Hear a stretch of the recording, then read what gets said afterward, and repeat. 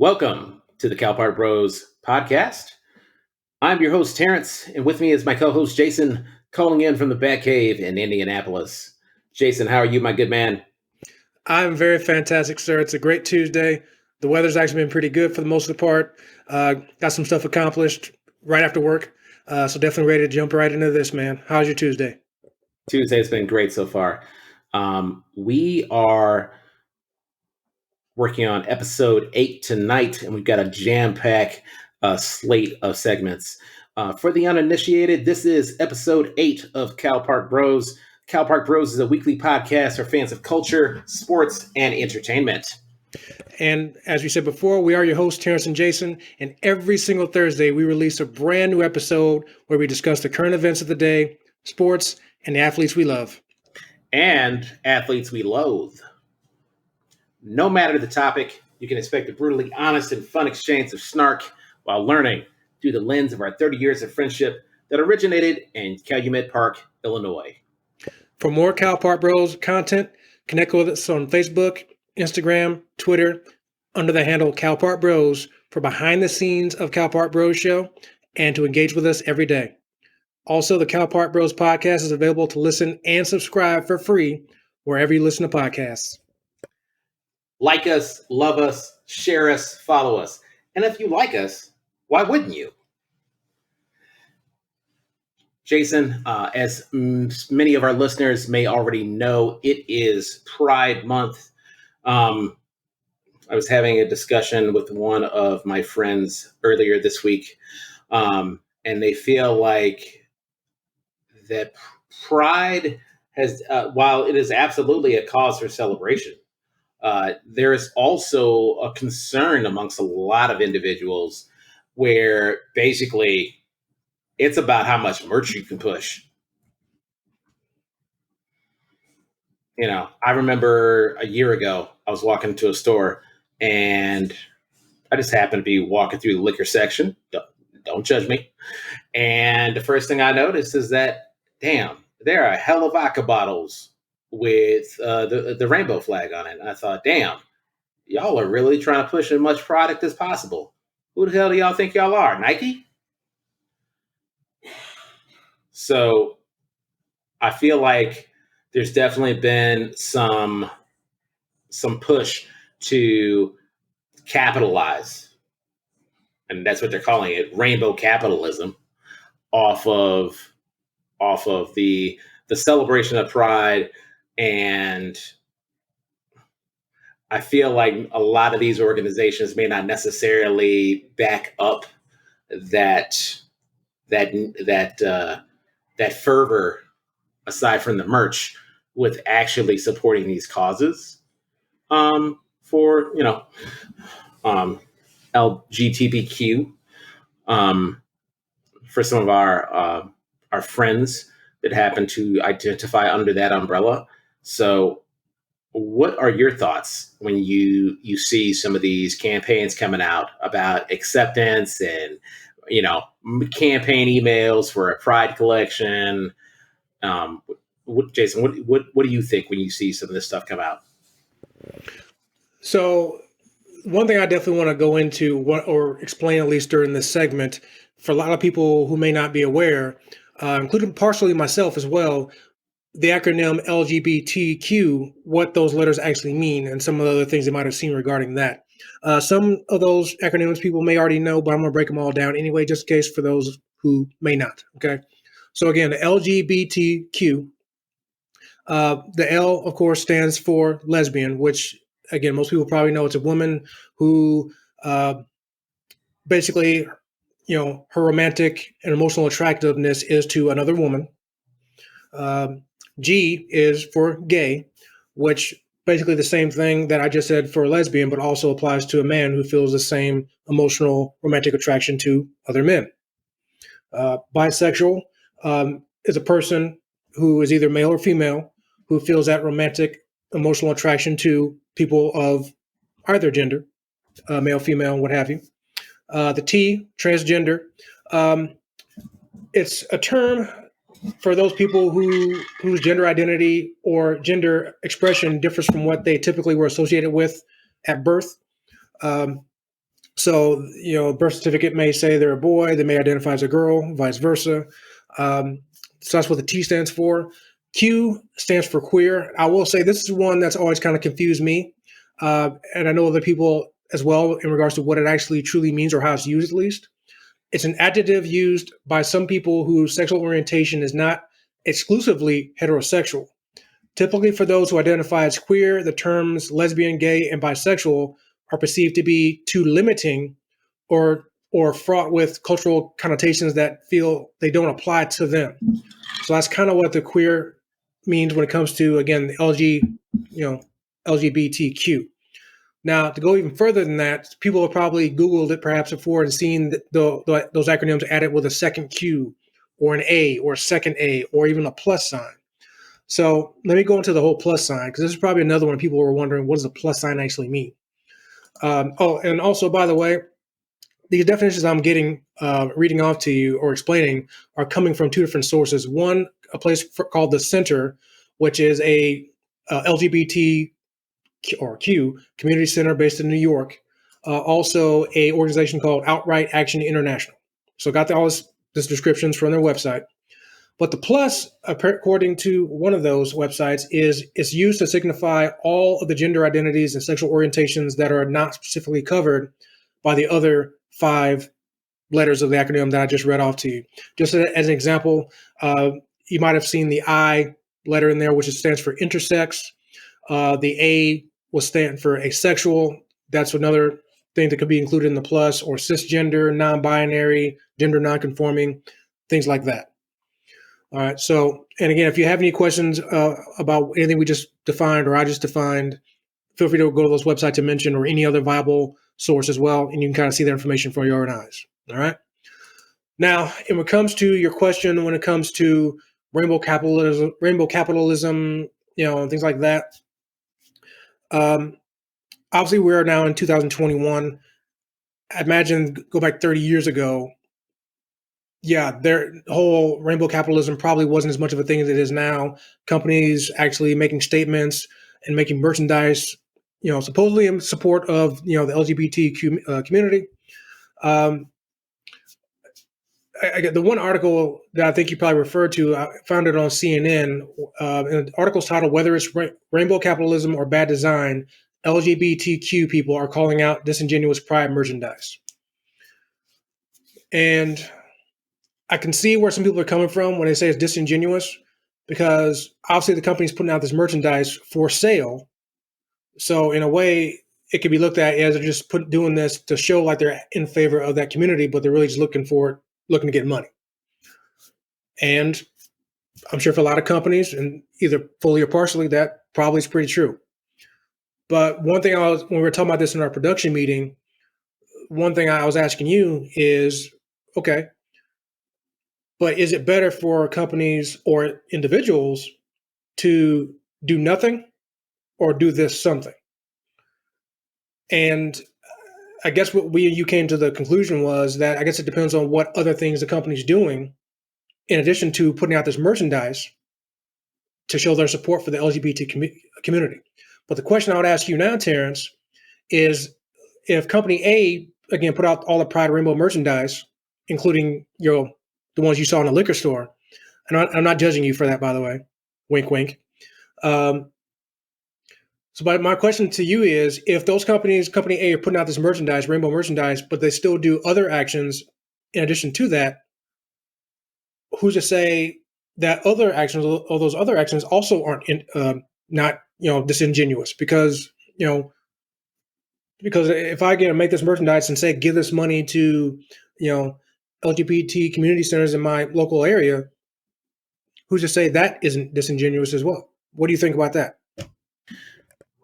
Jason, where I land on that really is, if a company makes a statement, I mean, we saw tons of statements. It's easy to come out with an official statement for a company. We saw this during the George Floyd murder and the subsequent fallout from that. We saw, Black Lives Matter. Everybody wanted to make a statement, and frankly, Pride is no different, because we're starting to see this wave of of acceptance.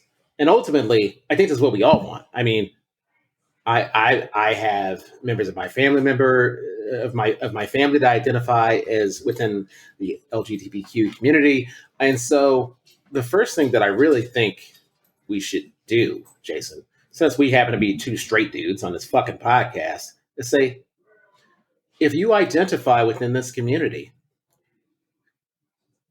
what do you? We want to hear from you. What do you think? We got our own opinions. But the first thing we had to do is have some sense of self awareness and say, oh, wait, that ain't us. So consider this a call to action for my brethren and sistren that identify as this and say, hey, I've got my own thoughts and concerns, but ultimately I want to know what you think because it affects you, frankly, more than it's going to affect me. And yeah, we want to hear from you because I feel like there's definitely been some introspection there when I see these things creep up, when I see these campaigns come out every June. I have the same kind of reflex, by the way, for every fucking company that does a Black History Month collection. So I do think on one hand, I'm like, oh, that's really cool. You guys came out with something for Black History Month. Um, at the same time, in the back of my mind, I'm thinking, okay, you're stunting for the gram, as the kids say. But I do have to wonder when they're making all these statements. Okay, how many Black people have you hired? How many individuals within the LGBTQ community have they embraced? You know, I think about somebody, for example, Sue Bird, Megan Rapinoe, for example. Think about the sponsors that they have. And that's just one example. I just happen to have that on the tip of my tongue. But I think about that because you see, marketing dollars being pushed behind them. It's like you can't really go a full day without seeing a damn Subway commercial and seeing Megan Rapinoe, even though it's not exactly soccer season. But yeah, I see further embracing of her as a symbol, not only athletically, but also culturally. So, Megan Rapinoe definitely was down for the cause for Black Lives Matter. So I really feel like it's almost impossible to divorce that from the pride discussion because that's almost seemed to inform her thinking on that. I could be wrong, but that is just my viewpoint on it. Is that I'm a little leery when companies make statements because it seems like they're just making a statement for the sake of making the statement to try and be down, as opposed to actually understanding, okay, this is why people are discontent with the way society is right now. So that is my one concern. I don't want to question the sincerity of any company unless I have a good reason to do so. But I feel like my pessimism is justified given my history on planet Earth. So, Well, and exactly, you definitely don't want to be pessimistic. I guess, since we're obviously talking about pride. I know you mentioned that, the questions definitely are around for any other month, Black History Month, Asian American History Month, Native American History Month, and all that stuff like that. And I mentioned earlier when it comes to, this is 2021 and the difference in companies being, for what they're trying to put out there, that they're trying to be in support of the LGBT community. 30 years ago, yeah, it definitely wasn't as vast. You probably couldn't go to a liquor store and, your favorite liquor store and see all the Pride bottles there. You couldn't go down the aisles and see Pride Oreos with the rainbow filling in them, you know. So from that aspect, I want to say that it's still a good thing that companies are actually willing to do this. Now, again, whether it's disingenuous, that's probably up to the individual to determine for their own, including myself and you. But again, 30 years ago, companies weren't doing this. I mean, the Pride Parade in San Francisco started, according to my research, according to sfpride.org, the formings of the Pride Parade began in June of 1970, so over 50 years ago. And I'm sure back then there was no company willing to stick their neck out and do anything Pride related back then. Hell, I remember watching the All in the Family, and Archie Bunker was freaking out because one of his buddies told him he was gay, and I was like the first time ever that was represented on television, right? And I don't know what year it was exactly, but that was back in the '70s, so that was groundbreaking then. So overall, I personally want to say the companies willing to do this is a good thing, but I know people do want to see what what companies are doing beyond that. Like also yesterday, we mentioned sports teams in particular are making like their profile pics of their logo all rainbow dolled up as well in support of the community. Which again, when I see my Bears doing that, or the White Sox or the Pacers doing that, my initial thought is, okay, I understand why they're doing it. I don't. Obviously, they're doing it now because it is Pride Month or African American History Month or whatever the month may be. So I get that. That's why they're doing it now. But as I was looking at the comments in those posts, of course, everyone's saying, "Well, now what else are you doing?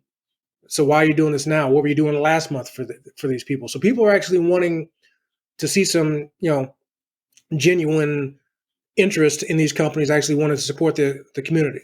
Again, it's good that they're actually doing it. And going back to my point before, is it them doing this is still better than them doing nothing. But and I don't know. Part of it may be them not wanting to get called out for not doing anything. I know back when now that LeBron, people may not like him. LeBron's one positive thing people say about him is that he does a lot for his community, does a lot for the kids, stuff like that. And even though there's some people that may not like it, he actually speaks out when it comes to any type of social movements. Where as Michael Jordan back in the day, they criticized him for not saying anything. Right? People always want to say, "Mike, say something. You're a big star, say something." But he didn't want to do it because he didn't want to take that stance. Which again, back in the '90s, I probably get it because we see what's happening now to celebrities and companies that speak out. What do people always say? "Oh, you need to sit down and stick to this," or focus on that, what you're supposed to be doing. So imagine that. So again, that's right. So, you meant stick to sports. Yeah, exactly. Or stick to acting, whatever. Exactly. So if they're saying that now in the 2020s, back when we were open and free speech and stuff like that, and inclusion. Imagine back in the day, there's no way an individual or company was going to stand out. So but yeah, all this stuff I think overall is good. I get that this could be looked at as disingenuous. I get people want to see more action when it comes to companies or individuals doing this stuff, but anything can be looked at as disingenuous. But I guess it's really up to the individual to make a determination about the individual himself or herself or the company, the people within the company, just to know what they're. I guess I hate to kind of sound cheesy or corny, kind of know that person's heart as best you can. Yeah, because, I think that's fair, Jason, because I think to your point, yes, it is incredibly easy to see statements and some initial actions as disingenuous, especially if you've been burned before and you've heard that talk before.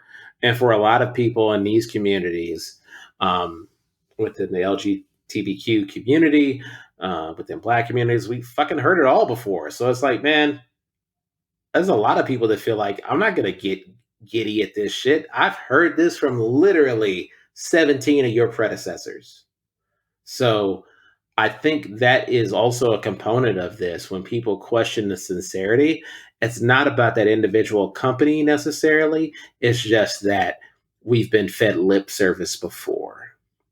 And I think that is where some of my hesitation in excitement or is coming from, is that, hey man, we're talking about people's dignity here, and you can't put that on a t-shirt, or you can, and there's a certain way you can do it.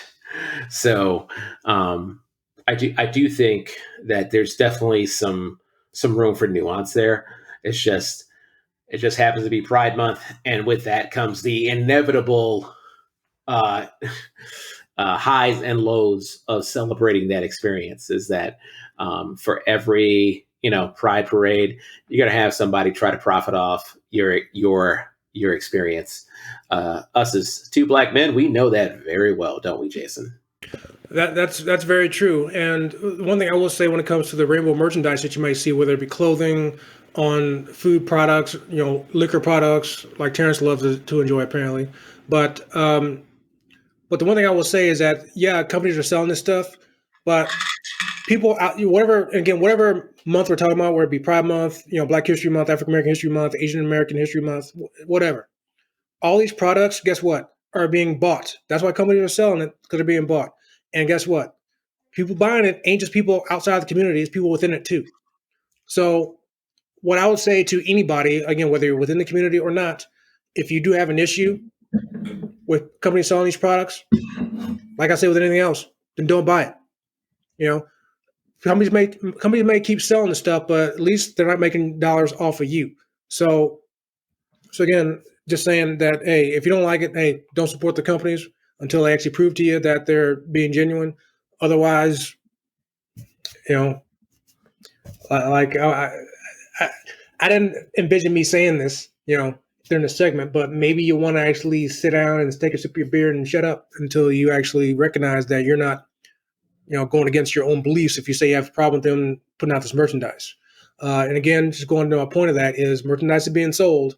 It ain't just being sold to people in the LGBT community, or rather, it's not being sold to everybody outside of it. People within the community are actually buying it too. So, that's how they're making the money. If they weren't making sales, they wouldn't keep doing it every single year. I mean, support's one thing, but that the money's still coming in. You know what I mean, Terrence? As I you're do know. as you probably put down a bottle of your Pride vodka or whatever you're drinking. I did not pick up the Pride bottle because I don't have any guilt about not being supportive of the LGBTQ community. So, yeah, that's just my thought on it. All right, well, that concludes our first segment. Coming up next, we'll be discussing the return to the office. Might be a wrap for COVID Couture as sweatpants are dunzo. Coming up next on Cal Park Bros.